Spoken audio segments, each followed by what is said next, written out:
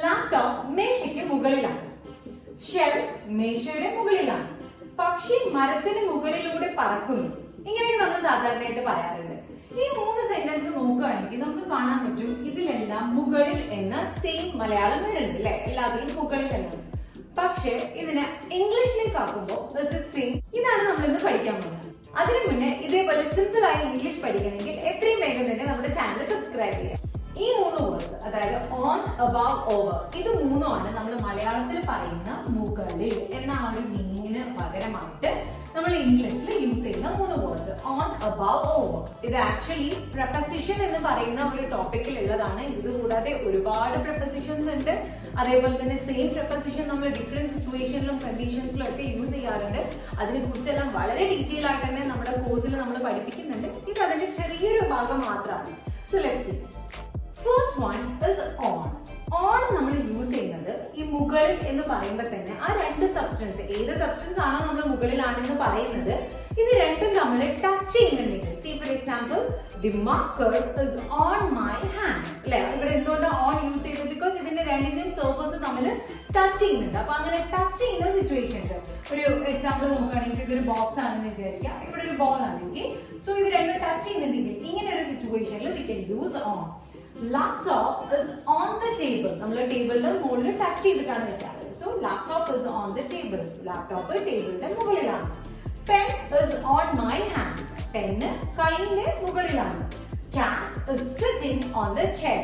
കാറ്റ്, പൂച്ച, ആ ചെയറിന്റെ മുകളിലാണ് ഇരിക്കുന്നത് എന്ന് പറയുമ്പോൾ ഈ 3 സിറ്റുവേഷനിൽ നമുക്ക് മനസ്സിലാക്കാൻ പറ്റും എന്താണ്, ഇത് രണ്ടിന്റെയും സർഫസ് തമ്മിൽ ടച്ച് ചെയ്തിട്ടാണ് ഇരിക്കുന്നത്. ഇനി നെക്സ്റ്റ് വൺ ഏതാ? അബവ്. അബവ് എന്ന് പറയുമ്പോൾ ഈ 2 സർഫസും തമ്മിൽ ടച്ച് ചെയ്യാതെ, ഓക്കെ, ലൈക്ക് ദിസ്. ഇപ്പൊ ഇതെന്താ? The marker is above my hand. Because ഇത് രണ്ടും തമ്മിൽ ടച്ച് ചെയ്യുന്നില്ല. ഇങ്ങനെയുള്ള സിറ്റുവേഷനിൽ മുകളിലാണെങ്കിലാണ് നമ്മൾ അബവ് എന്ന് യൂസ് ചെയ്യാം.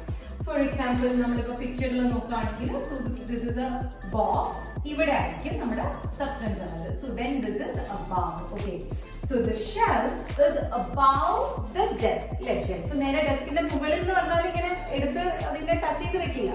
സോ ആ ഒരു പൊസിഷൻ ആണ് നമ്മൾ പറയുന്നത്. So shelf is above the desk. The mirror is above the sink. അല്ലെ, മിറർ എവിടെ ആയിരിക്കും? സിങ്കിന്റെ മുകളിലാണ്, പക്ഷെ ടച്ച് ചെയ്യുന്നില്ല.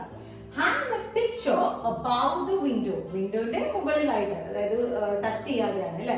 സോ വിൻഡോന്റെ മുകളിലായിട്ട് ആ പിക്ചർ ഹാങ് ചെയ്തു എന്നാണ് പറയുന്നത്. So in the situation V are using above. ഇനി ലാസ്റ്റ് വൺ ഏതാ? ഓവർ അല്ലെ. ഓവറിന്റെ ഡിഫറൻസ് എന്താണെന്ന് വെച്ചാൽ ഈ സബ്സ്റ്റൻസ് മൂവിങ് ആയിരിക്കും. നമ്മൾ ഈ പറയുന്ന മുകളിലാണെന്ന് പറയുന്നത് മൂവ് ചെയ്തുകൊണ്ടിരിക്കുകയായിരിക്കും. ഇപ്പോ ഇത് പിക്ചറിലാണെങ്കിൽ, ഇപ്പൊ ഇത് ബോക്സ് ആണെങ്കിൽ ഈ സബ്സ്റ്റൻസ് ഒന്നല്ലെങ്കിൽ ഇങ്ങോട്ടോ അല്ലെങ്കിൽ ഇങ്ങോട്ടോ ഇങ്ങനെ മൂവ് ചെയ്തുകൊണ്ടിരിക്കും, ലൈക്ക് ദിസ്. ഇപ്പൊ ഈ പെൻ ഇങ്ങനെ മൂവ് ചെയ്യുകയാണെങ്കിൽ ഇങ്ങനെയാണെങ്കിലും, ഓക്കെ, സോ മൂവ് ചെയ്യുകയാണെങ്കിൽ it is over. For example the bird is flying over the tree. അല്ലെ, എങ്ങനെയാണ്? മുകളിലാണ്, പക്ഷെ അത് മൂവ് ചെയ്യും. ബേർഡ് എന്താണ്? ഫ്ലൈ ചെയ്തുകൊണ്ടിരിക്കുകയാണ് ഓവർ ദ ട്രീ.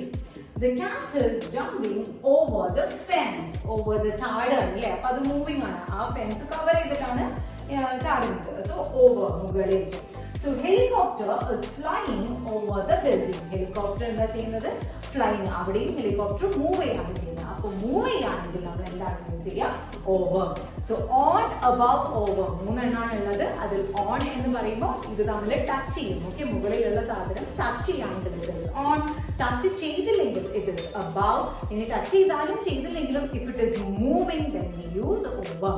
ഈ വീഡിയോയുടെ അവസാനം നമ്മൾ ഒരു വർക്ക്ഷീറ്റ് കൊടുക്കുന്നുണ്ട്, സെയിം ടോപ്പിക്കിനെ ബേസ് ചെയ്തിട്ടുള്ളതാണ്. നിങ്ങൾക്ക് ആൻസേഴ്സ് മാത്രമായിട്ട് കമന്റ് ബോക്സിൽ അറിയിക്കാവുന്നതാണ്.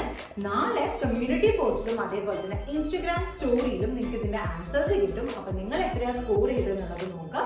എന്നിട്ട് നിങ്ങളുടെ സ്കോറും ഞങ്ങളെ അറിയിക്കാൻ മറക്കരുത്.